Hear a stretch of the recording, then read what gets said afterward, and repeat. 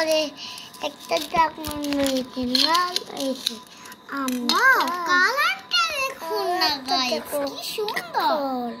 তো এটাকে তাড়াতাড়ি আমরা আগে দেখাবো না, কালারটা কি সুন্দর।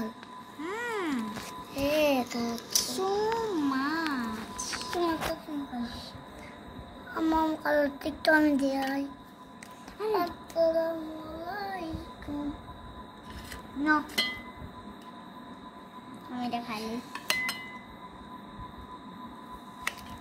একটু খাই না।